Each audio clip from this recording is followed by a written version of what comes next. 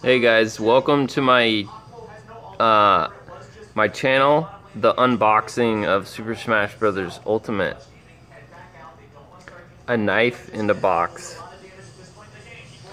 Let's see if I can get this open. It's for Super Smash Bros. It's not opened, so I'm gonna show you what it looks like when it's open. I just don't know what to do with my camera. One second, let's figure it out. Okay.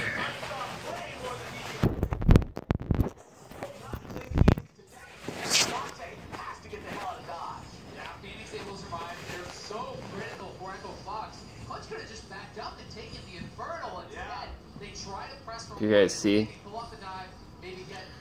Okay, so we get the knife, we cut the plastic like that. It was a good initial fight from Clutch, but greed is a deadly sin. They learned it the hard way, and now it's Echoplock who has the opportunity to turn around and grab that ever so juicy Inferno Blade. This is some really hard plastic. I'm not used to plastic that's this hard.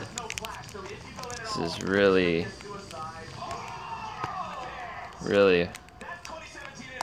elusive plastic. Oh man. Okay, sorry. I should focus the camera, huh?